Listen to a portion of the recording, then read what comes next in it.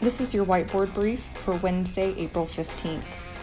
We're going to start today off with a Metcon called the Longest Mile, which is a CrossFit benchmark workout.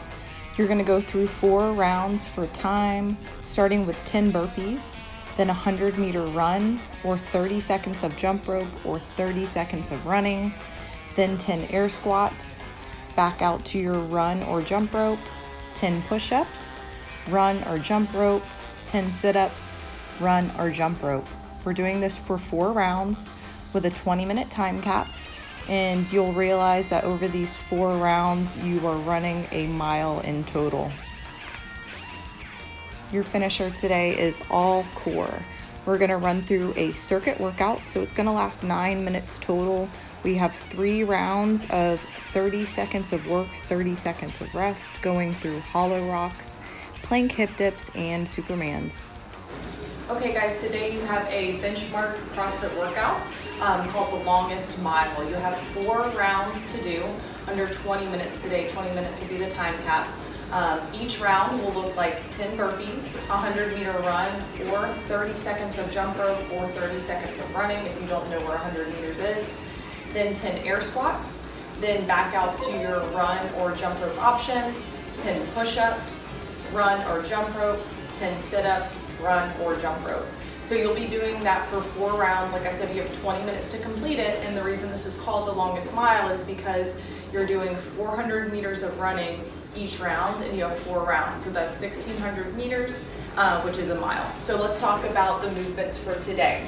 Okay, so a prescribed burpee, if you guys are looking to do this workout prescribed today, make sure your chest and thighs touch the ground. So my hands will plant, my feet will kick out, chest and thighs touch. As I come up, my feet land wide, flat-footed, and I clap above head. Make sure you guys are getting full hip extension, and then that you're not standing up and clapping like this, okay? Just because I'm clapping overhead doesn't mean I necessarily got that full hip extension, so make sure you're standing all the way up. Scale options for the burpee today would be a plank burpee. So just going up to that nice plank, keeping your core nice and tight, still standing up and clapping. Or you guys can step in and out of the burpee, or do to an elevated surface, side of a couch, a bench, a chair. Hands will plant, chest goes down, stand back up, and clap. Okay, the next movement is the air squat. So you're gonna squat like you normally would. You're gonna grip the ground with your feet. You're gonna have about that shoulder width stance.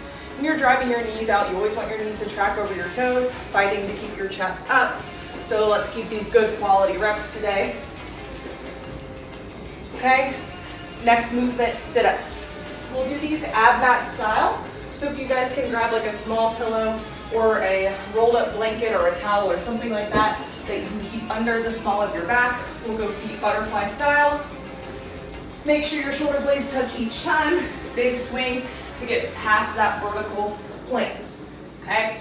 Next movement is the, I'm sorry, I did that out of order. So we're gonna do push-ups before we get to sit-ups, but let's talk about the push-up next.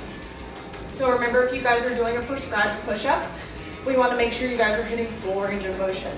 So that means getting your chest down, whatever surface you're working from.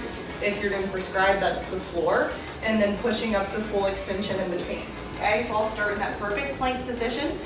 So you'll see me driving up through the shoulders, and then I'm gonna have that slight tuck in the pelvis, so semi-squeezing the glutes here to keep everything nice and solid. I'm gonna go down, chest will touch, come right back up. Okay? Remember, with any version that we do, we're screwing our hands into the ground. We want our elbows going back at that 45-degree angle, okay? If you need to scale to your knees, we're still gonna try to get to as much of a straight line as we can, so not really a lot of bend in the hips. Same concept here, screw the hands into the ground, chest touches, and back up, okay? If we need a little bit of elevation, toss a pillow under your chest. Same thing, this is gonna give us a little bit of assistance. Chest down, and back up. And then remember, you guys can always go to an elevated surface. Knees in or on a pillow is gonna be the easiest option here. Chest down and up, and then you can even do your legs out. Okay, like I said, whatever version you're doing, really work on getting full range of motion through these reps. Okay, you guys have 20 minutes to get 4 rounds done. Good luck.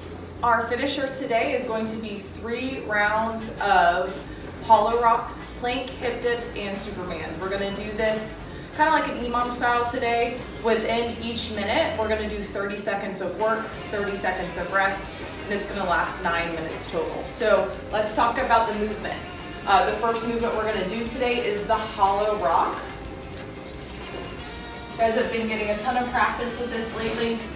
I want to remind you guys the purpose of the hollow rock is to build our strength in all gymnastics movements.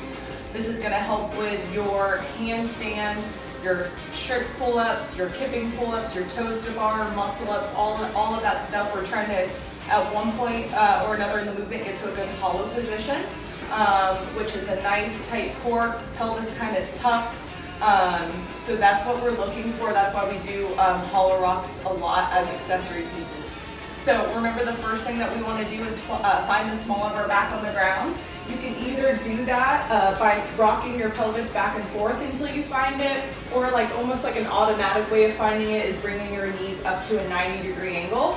That should, for the most part, force your back onto the ground. So let's find that first, and then we're going to pick what version we want to do. The easiest version of a hollow rock for today is going to be this. So just gently hugging the knees, rocking back and forth. Okay, then we'll move to one leg out. Gently rocking back and forth. Then we can go both legs out. And then the hardest version is arms extended above head. Nice small rocks. So I'm looking to keep my shoulder blades off the ground, heels off the ground, small of the back planted as I rock. That's going to be your first 30 seconds. You'll rest 30 seconds and then move on to plank hip dips. Okay, so what we're doing for plank hip dips is getting into an elbow plank. Okay, everything's nice and tight here. Then I'm trying to physically take my hip down to the ground and touch it. Maybe probably more like the side of your thigh. And don't worry if you can't get full range of motion. We'll take any type of twist here. Okay, whatever version you do, you want to keep it under control. That's the second movement. The third movement is supermans. Okay, so we'll go down, face down on the ground. Arms are going to extend out in front of us. We're going to point our toes, squeeze our glutes, and lift our chest off the ground. So it'll look like this. Squeezing everything, and then relaxing in between. You'll do that for 30 seconds, then rest for 30. Then we're going to go back up to hollow rocks, and we'll do that for 3 rounds total.